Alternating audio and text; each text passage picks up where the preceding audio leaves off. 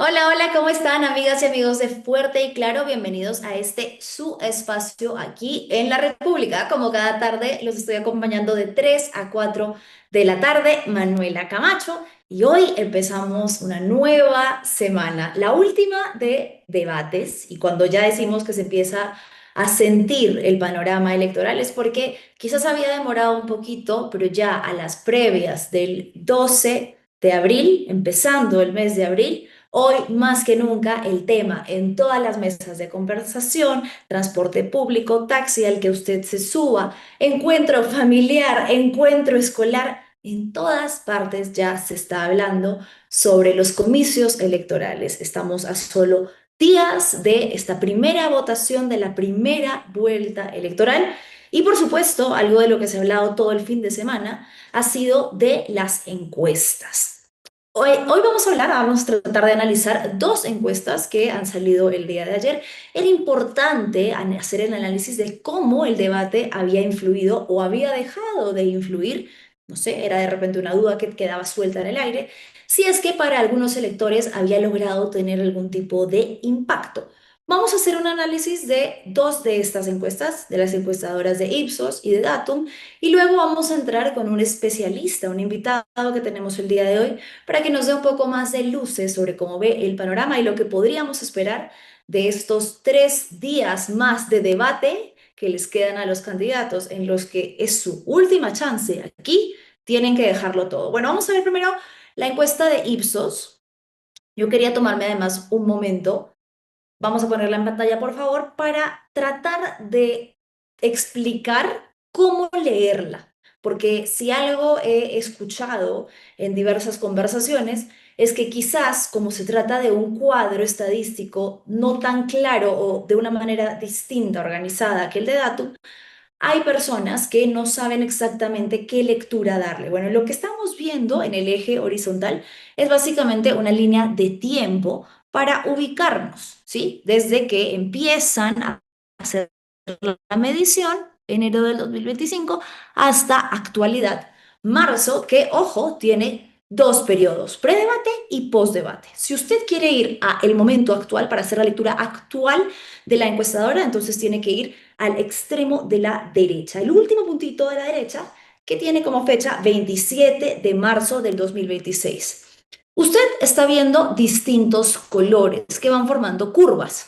En la leyenda puede encontrar a qué candidato o candidata pertenece cada color. Entonces, ahí vamos viendo que la naranja es Keiko Fujimori, el celeste, Rafael López Aliaga; verde, Carlos Álvarez; rojo, Alonso López Chao; Jorge Nieto, el amarillo; y Roberto Sánchez, el azul. Entonces, cada color está representando a un candidato. El número que usted va a ver que aparece en la parte de extrema derecha, o bueno, de hecho, a lo largo de toda la tabla, cada numerito representa el porcentaje de la muestra que votaría por ese candidato. ¿De cuánto es la muestra de Ipsos? Alrededor de 1.200 entrevistados y con un margen de error de aproximadamente 3 puntos. ¿Qué nos está diciendo entonces esta encuesta última de Ipsos?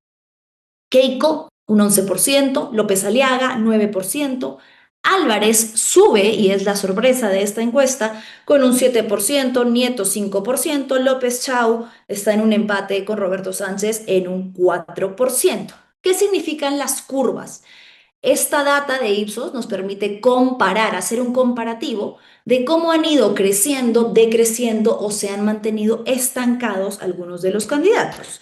Vemos que, por ejemplo, Keiko y López Aliaga, que son los candidatos que figuran, según esta encuesta, como punteros, pues tienen líneas que se han entrecruzado en algún momento, con bajadas, con subidas, pero que básicamente se han mantenido. Carlos Álvarez, por otro lado, si usted retrocede en la curva y ve a dónde empieza el verde, se va a dar cuenta que empezó un poco más bajo, en 4, hasta subir a su actual 7%.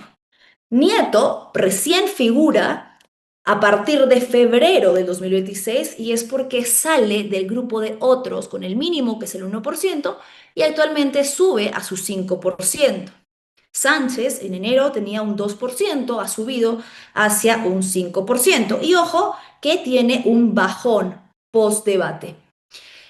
Y el blanco viciado sigue siendo el 21%, que ha bajado un poco del 36%, pero sigue siendo del grupo más grande. Bueno, eso entonces para poder analizar, ya rápidamente vamos a ver la siguiente encuesta, pero lo vamos a hacer ya con la persona que nos va a acompañar hoy, Jeffrey Radzinski, abogado y analista político, director en GFP Consultores. Jeffrey, ¿cómo estás? Muy buenas tardes. Buenas tardes, un gusto conversar contigo y participar en tu programa. No, muchas gracias a ti por aceptar la invitación. Te invito ahora a que vayamos a ver la siguiente encuesta, la de Datum, para luego que nos puedas dar un poco cuál es tu lectura de estas dos, en qué se distancian alguna de otra y qué podríamos esperar, ¿no? También me interesa saber si de repente podemos identificar algunos cambios que se hayan dado post debate, ¿no? Entonces vamos a ver rápidamente la encuesta, la segunda encuesta, que es la de Datum. Y a ver qué es lo que nos ha arrojado. Keiko figura con un 13%, López Aliaga 11,7%, Álvarez 6,9%, López Chau 6,1%, Nieto 5,9%, Sánchez 4,9% y Acuña en un 4%. Bueno, básicamente los lugares se mantienen, las diferencias porcentuales son pocas. Jeffrey, ¿cuál es tu mirada general de estas encuestas que han salido el día de ayer? Bueno, en primer punto, tener en consideración cuándo se han realizado las encuestas. Soy entre 16 y 18 días antes de las elecciones. Y estamos en la etapa final de la campaña, una campaña que ha sido durante meses bastante fría y que recién, como bien decías en la introducción de tu programa, ha calentado motores desde hace muy poco. Entonces, eso como primera consideración. Como segunda consideración, yendo ya a las encuestas que has publicado, es la diferenciación entre una encuesta, que es una entrevista, es una pregunta, y un simulacro de votos. En el caso del simulacro, se entrega la cédula al entrevistado y marca, con lo cual hay una reserva en relación a lo que marca o hay, digamos, el conocimiento o desconocimiento en relación a su preferencia. Entonces, ese es un asunto no menor, sobre todo para medir el conocimiento de los rostros de los candidatos presidenciales y los símbolos partidarios. Ese que parece un asunto tangencial o menor, es importante en una elección como esta, donde hay tantas candidaturas y donde millones de peruanos desconocen el nombre, la cara o los símbolos partidarios. Y como tercera consideración, ya yendo al punto, lo que vemos es poco movimiento en relación a las semanas anteriores. Vemos que los liderazgos continúan bastante débiles, aunque se han mantenido firmes los que van en la delantera, Fujimori y López Aliaga, y luego hay un grupo de 4 candidatos que están en la pelea. Y digo están en la pelea porque 4 puntos para arriba te pueden meter en un segundo lugar y 4 puntos para abajo te pueden dejar en sexto lugar. Entonces, Ujú. ese es el espacio con que se mueven. Dicho eso, sobre las encuestas hay que analizar no solo las preferencias, sino cuánta gente aún no decide, que hay un Claro. porcentaje todavía amplio, y toca ver cómo se mueve geográficamente por grupos etarios también, porque por ejemplo, si uno se fija en detalles que publica Datum, que me parecen muy importantes para cualquier análisis, por ejemplo, los hombres mayores de 45 años de edad, en su gran mayoría, ya decidieron su voto. En cambio, las mujeres menores de 35 han decidido muy poco. ¿Qué quiere Sí, decir esto? Que en los debates que vendrán hay un público, hay una audiencia cautiva más grande en algunos sectores que en otros. correcto. Sí, eso creo que es importante, justo el último punto que mencionas, porque hacíamos un análisis, por ejemplo, comparativo con cómo el voto femenino varió y tuvo un impacto directo, por ejemplo, en el caso de Cast en Chile. Aquí muy poco se ha hablado sobre las preocupaciones de las mujeres, muy poco se ha incluido la temática de la violencia contra la mujer, pero no solo eso, sino temas como derechos sexuales y reproductivos o el simple dirigirse a las mujeres ha estado completamente en un segundo plano. Creo que algo que se puede ver es que gran parte del electorado sigue teniendo como una preocupación principal el tema de la seguridad, y esto es lógico con respecto a lo que estamos viviendo. Y quizás, no sé cómo lo ves tú, pero podría explicar que el debate y estas alternativas o estas soluciones de mano dura, un poco buquelistas, hayan hecho que ciertos candidatos puedan subir un par de puntos. A mí particularmente me sorprende el tema Carlos Álvarez. No, digamos, retomando un poco hacia su aparición en el debate, no logro encontrar una relación directa con un momento que pueda decir, wow, realmente aquí Carlos Álvarez destacó con sus propuestas o tuvo una participación muy llamativa, sobresaliente. No creo que aparte de lo que te menciono, estas propuestas que son de muy mano dura, de salir de la Corte de Derechos Humanos y el de hacer esta imitación que hizo de César Acuña, que sin duda pues gana unos puntos dentro de lo que se conoce como el chongo, la política del electorado. Me gustaría saber qué opinas, ¿no? ¿A qué podría deberse esta alza de Carlos Álvarez, que ahora aparece en un tercer lugar que es sumamente importante para esta elección? Bueno, veamos, hay varias cosas en lo que señalas. En primer lugar, el tema de las Sí. mujeres. Eh, yo ahí te hago dos comentarios breves. El primero es que sí se nota alguna diferencia más allá de las agendas programáticas en las preferencias. Por ejemplo, uno puede ver que principalmente el respaldo de López Aliaga es de hombres limeños, y hay Mayor de 45. notoriamente una diferencia de más hombres que de mujeres que lo respaldan. Y podrá ver en Keiko Fujimori que hay mayor respaldo femenino que masculino. Eh, entonces, por hablar solo de los dos que van arriba en las encuestas. Por otro lado, creo que más allá de la agenda social o la agenda de mujer, que no tiene un espacio relevante, como tú bien anotas en la campaña, toca ver que el conservadurismo nacional, yo diría que es bastante similar entre hombres y mujeres. Entonces, creo que eso podría, como hipótesis, explicar parte de ello. Dicho esto, sobre el segundo tema, que es sobre la subida de Carlos Álvarez y los desempeños en los debates. Ujú. Fíjate, es importante ver cuál es el objetivo de un candidato cuando participa en los debates, porque son objetivos distintos. ¿Y cuáles son las funciones de los debates? Los debates de la semana pasada tuvieron un rating bastante bajo y sirven de alguna manera potente como difusión a partir de los clips, de las conversaciones que generan y de la revisión en redes sociales por algunos segundos o minutos. Pero es muy poca la gente que sigue las 3 horas de debate y mucho menos aún la que esté interesada en ese análisis programático comparativo. Entonces, yo siempre tomo distancia, no porque no sea importante, sino por cómo funciona el comportamiento electoral de esa racionalidad argumentativa en los debates. En los debates es más importante generar alguna emoción, generar cercanía, generar alegría, generar ilusión, generar miedo, generar distancia. Entonces, esos son objetivos, digamos, más potentes políticamente en un debate.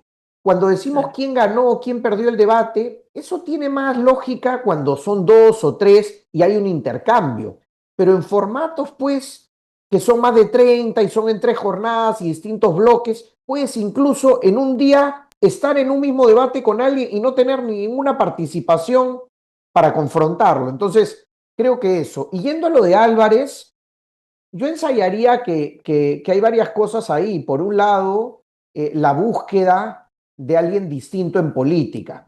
Si bien Claro. Álvarez, luego de los tres candidatos que son más conocidos por el electorado, Fujimori, López Aliaga y Acuña, el cuarto es Álvarez, de los conocidos por la ciudadanía, pero no es conocido como político, es conocido por ser un artista, por ser un imitador. Entonces, sí entra dentro de ese gran sector que quiere un político nuevo. Yo por ahí ensayaría un punto, ¿no? Entonces, entre los que quieren un político nuevo, tienes este espacio también que tú anotabas muy pertinentemente de mano dura, de ser muy tajante, de la bandera en temas de seguridad y ese tipo de mensajes. Claro, si bien Álvarez de repente no destaca, incluso él mismo lo dijo, ¿no? En logros académicos o en preparación, porque él habla y esto lo usa a su favor, de que no tiene títulos y que eso le sirve para acercarse, según lo que él dice, al peruano de a pie, sí dice algo que es muy cierto, sí tiene simpatía entre la mayoría de los peruanos que lo recuerda como alguien que de repente le regaló momentos de comedia, de humor, que de cierta manera ha ingresado a los hogares peruanos desde otro ámbito, pero creo que coincido muy bien en lo que apuntas. Es conocido, ya se ganó, ya hizo un marketing, no político, pero durante muchos años se ha hecho conocido. Ahora, había algo interesante que tú señalabas en redes sociales. De los candidatos que se encuentran, digamos, en esta terna de los seis punteros, decías, dos han sido los menos, vamos a ponerle, golpeados, ¿no? López Aliaga y precisamente Carlos Álvarez. Eso ahora podría variar en esta segunda semana de debate porque quienes están compitiendo de repente ese empate técnico van a querer apuntar ahora sí de una manera probablemente mucho más directa. Podríamos ver entonces más ataques dirigidos hacia López Aliaga y Carlos Álvarez quizás. Correcto. Yo creo que sí. Creo que hay tres diferencias importantes entre los debates de esta semana comparados con los de la semana anterior. En primer lugar, creo que los de esta semana van a tener más rating, mayor audiencia que los de la semana anterior. En segundo lugar, eh, ya han tenido alguna experiencia los candidatos y creo que pueden haber medido qué hacer o qué no hacer. Tú tienes candidatos como Keiko Fujimori que van a un debate, digamos, para aguantar el golpe y difícilmente ganen votos o los pierdan, se mantienen. Sí, Tienes a la mayoría que les es muy difícil ganar votos en un debate, pero que sí tienen potencialmente una opción de perderlos, porque pueden decepcionar a ese electorado todavía dubitativo que podría votar por ellos. Y tienes un tercer grupo que es el tema del ataque, que no necesariamente te genera rédito, y lo hemos visto antes con muchos personajes. Fíjate, en los debates de la semana pasada, quizás los más certeros con sus ataques hayan sido Valderrama del APRA o Mesías Guevara del Partido Morado, pero eso no se convierte en votos. Lo vimos claro. también en el año 2016 con Olivera contra Alan García, pero tampoco se convirtió en votos para Olivera. Lo que sí generó fue que frenó un avance de García que eventualmente sí puede generar una conversación que reste votos en otro sentido.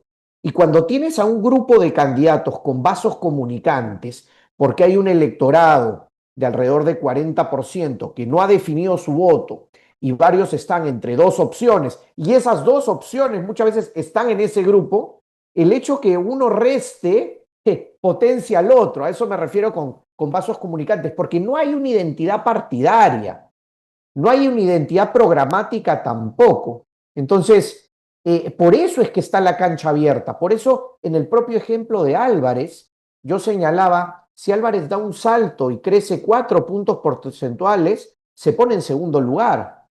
No, de todas Pero si da maneras. un retroceso de 4 puntos, queda sexto. Entonces, digamos, hay una fragmentación entre liderazgos muy débiles.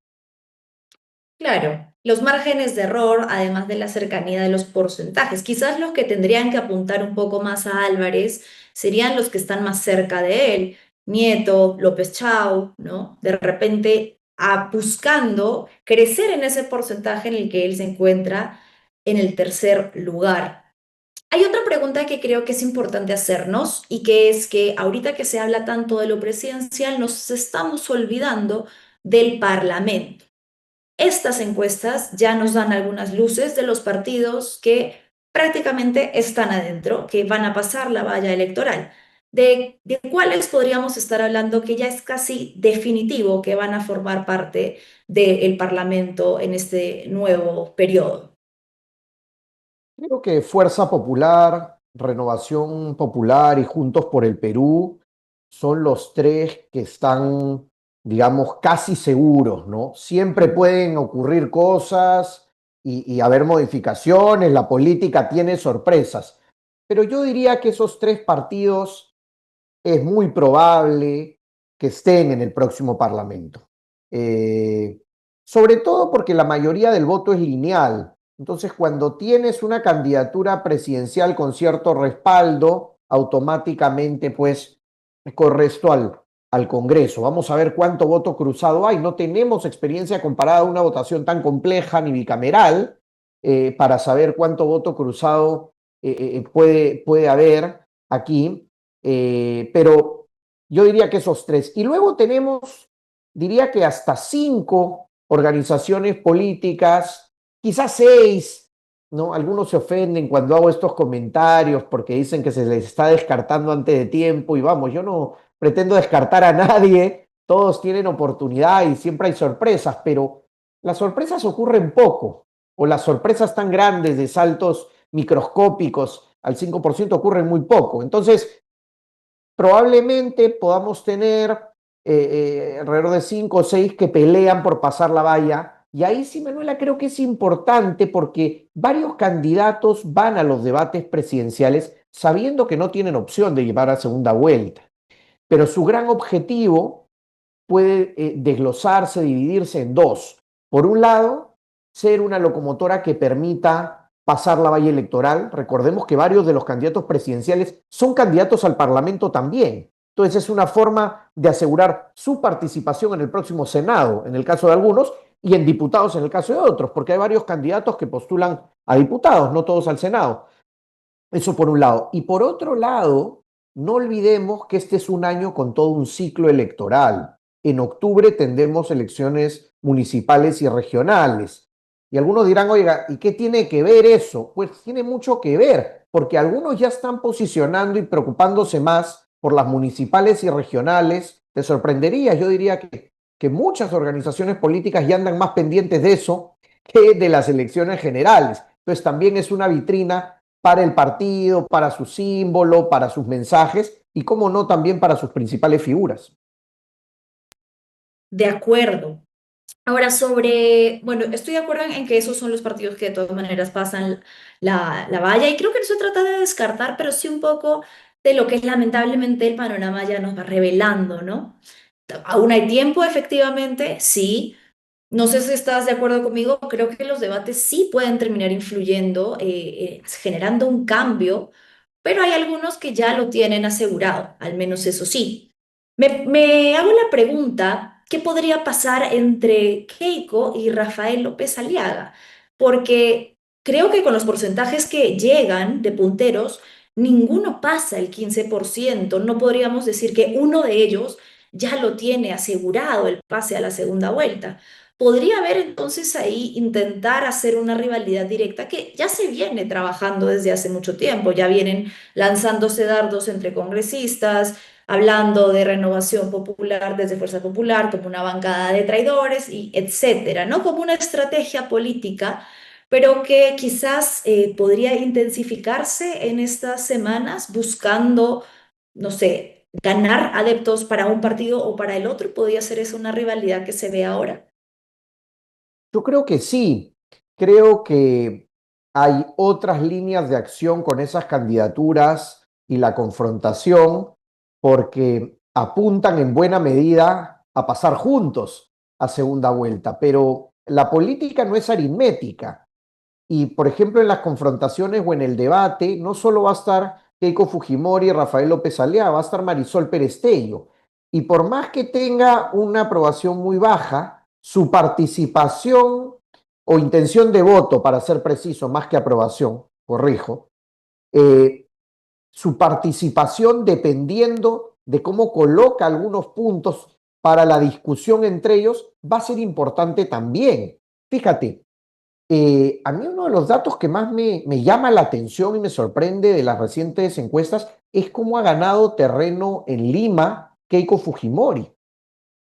Eh, Nieto también ha ganado algo de terreno en Lima. Más y en Lima. cómo Rafael López Aliaga ha perdido algo de terreno en Lima. Y lo digo porque si uno se fija en los números de hace un mes, habrá notado que López Aliaga tenía el triple de respaldo en Lima que fuera de la capital. Su gran bastión era Era Lima Lima. y sobre todo hombres limeños. Y ahí digamos que hay más indecisión en ese sector. Dicho eso, un dato no menor, me parece que es el hecho que si lo dividimos al país por regiones, los que aparentemente van a decidir al final son el sur y el oriente. Y claro, hay que tener en cuenta ahí que demográficamente son más pequeños también que Lima o el norte, ¿no? De hecho, Álvarez crece también porque donde mayor crecimiento tienes en el norte y es donde demográficamente luego de Lima hay más espacio, hay más votos, un tema cuantitativo. Claro. Sur y Oriente nuevamente van a ser decisivos en O sea, esta van a decidir elección. al final, ¿no? Van a decidir al final. Hoy son las zonas del país donde hay más indecisión o donde hay mayor cantidad de gente que aún no ha pensado su voto o no tiene, digamos, mucho interés por el asunto electoral, pero termina yendo a votar por no pagar la multa o por lo que fuere. Entonces, Claro. tienes aproximadamente un tercio de la población que define la última semana. Entonces, hay espacio con votaciones pequeñas. Tú ponías el ejemplo Keiko Fujimori, si uno se remonta al 2011 o el 2016, ella faltando 2 semanas era fija en segunda vuelta y la discusión era contra quién va Keiko Fujimori. Recién en el 2021 tuvimos pues esta fragmentación y esta incertidumbre similar en ese aspecto a lo de ahora, que, oye, podía ser cualquiera de los primeros 6 o 7 que se meta a segunda vuelta, ¿no? Todavía, como esta es una campaña que ha tomado movimiento tarde, yo diría que hay Tardes. espacio para 3 escenarios, ¿no? Podrían continuar tal cual las tendencias o mantenerse los dos punteros, podría haber un salto y solo uno de ellos dos quedarse, con lo cual cobra sentido la lógica de la confrontación entre ellos y alguien salta a disputarles. Y un tercer escenario que veo más improbable, que es el que tanto el primero como el segundo queden fuera y salten dos. La veo más difícil, la veo mucho más Todo puede difícil, pero, suceder. pero la cancha está abierta, ¿no? Yo diría que más el escenario uno o el escenario 2 tienen más chance, Sí. ¿no? Sí, Jeffrey, no quería cerrar sin mencionar un ejemplo que tú pusiste y que me pareció interesante, que es el de la abismal caída de Grosso, que era un candidato que venía subiendo según las encuestas, que había ganado adeptos, sobre todo en teoría, entre los jóvenes. Hay una gran cantidad de jóvenes que votan por primera vez y que pues tuvo de 1% a 5% y luego nuevamente lo vemos que ha desaparecido dentro de los 6 primeros lugares. Mi pregunta va un poco a lo que ahora la gente se cuestiona, ¿no? Muchas personas dicen, entonces las encuestas nos mintieron, colocaron a Grosso, quisieron hacerlo subir. Otras, un poco más poniendo paños fríos a la situación, dicen, bueno, hay volatilidad electoral y factores que pueden parecer menores, pero que a la larga sí pueden terminar golpeando a un candidato, como lo que hemos visto con Grosso. Claro, porque lo que sucede, Manuela, es que con una sociedad y un electorado tan poco involucrado en el debate público y en el debate electoral, hay una suerte de modas o de Mm, preferencias no fidelizadas. Entonces, sí era cierto que hace 5 semanas había muchos jóvenes entusiasmados con la figura de Grosso, que era una cara nueva, que les parecía que ofrecía algo interesante, que era un perfil cercano a lo que buscaban, pero rápidamente descubren que el personaje no era lo que ellos esperaban, o son personajes que surgen y recién cuando surgen y tienen los reflectores encima, reciben las mm. críticas, digamos, o la indagación sobre su pasado y se desinflan muy rápidamente. Y esas preferencias pueden pasar a otro, pero pasan con la misma digamos, ligereza o poca solidez en relación al voto y por eso pueden cambiar nuevamente. Entonces, eso es lo que ocurre. Me recuerda, Manuela, cuando escucho, yo me sonrío de algunas personas que te dicen, oye, ¿cómo ese candidato pues, puede estar entre los primeros? Nadie de mis amigos ni de la gente que conozco vota por él, como si eso fuera Claro. representativo de las preferencias de un país tan vasto, diverso y heterogéneo como el nuestro. Entonces, Bueno. esto no es una defensa de las empresas encuestadoras, pero hay muchos estudios serios aquí y en todos lados y es complejo porque no es una herramienta de predicción la encuesta.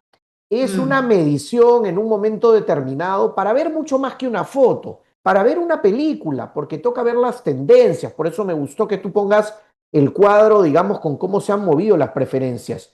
Pero podemos ver muchos ejemplos cercanos. Fíjate, recuerda en Bolivia cómo estaban las preferencias electorales y a quien ponían en tercer lugar con 5%, terminó con 20% y fue primero y luego terminó de presidente de la República. Entonces, lo que quiero decir es que cuando tienes un tercio de la población que define la última semana, es complicado pues tener certezas.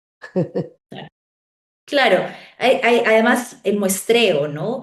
El muestreo es pequeño, no llega a ser del todo representativo. Sin duda hay un subregistro de personas que no se sienten o no están siendo representadas a pesar de que la encuesta se hace pues a nivel nacional y que todavía hay mucho que puede cambiar, ¿no? Yo creo que igual no hay que ceder mucho espacio a la especulación, que no nos hace bien en este momento y hay que tratar de llevar esta contienda electoral que es tan importante dentro de lo más razonable posible, porque no nos sirve ser incendiarios y empezar a cuestionar tanto a los organismos electorales, que ya se empieza a escuchar, como a las encuestas que también, independientemente, son empresas privadas particulares, ¿no? Jeffrey, te agradezco muchísimo por tu tiempo, por tu certero análisis. Seguiremos al tanto de lo que va subiendo en redes sociales. Estaré al tanto de tu análisis del debate de hoy que, según nos has anticipado, podría tener mejor rating.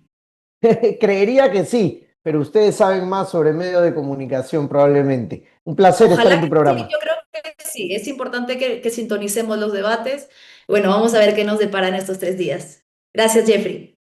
Gracias también. Ha sido Jeffrey Ratzitsky, abogado y analista político, quien nos acompañaba un poco haciendo esta lectura de lo que arrojan las encuestas que, reiteramos, no es definitivo, aún hay tiempo, pero sí muestran algunas tendencias, nuevamente señalando, hay volatilidad electoral. El que hoy está aquí puede ser que mañana ya no lo esté. El que tenga un desempeño maravilloso, si es que eso es posible en el debate, puede ser que gane un par de puntos. Estos 3 días son importantes. Hemos visto que el electorado, al menos el que sí sintoniza los debates, o el que se queda con aquello que les llega a través de los clips, de los videos, de los programas como Fuerte y Claro, en el que hacemos recuento de los debates, sí puede tener una influencia. Así que no se olviden que hoy empieza la segunda tanda de debates. 3 días, lunes, martes y miércoles, y los candidatos se enfrentan a otros con los que no les había tocado. A ver, vamos a ver quiénes les corresponde el turno de hoy.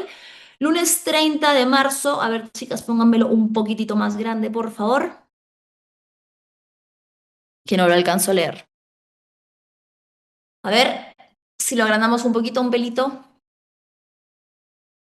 ¿O sabes qué, Cris? Mándamelo por acá por interno y lo voy leyendo para que nuestra audiencia pueda saber a quiénes les corresponde esta nueva tanda de debates.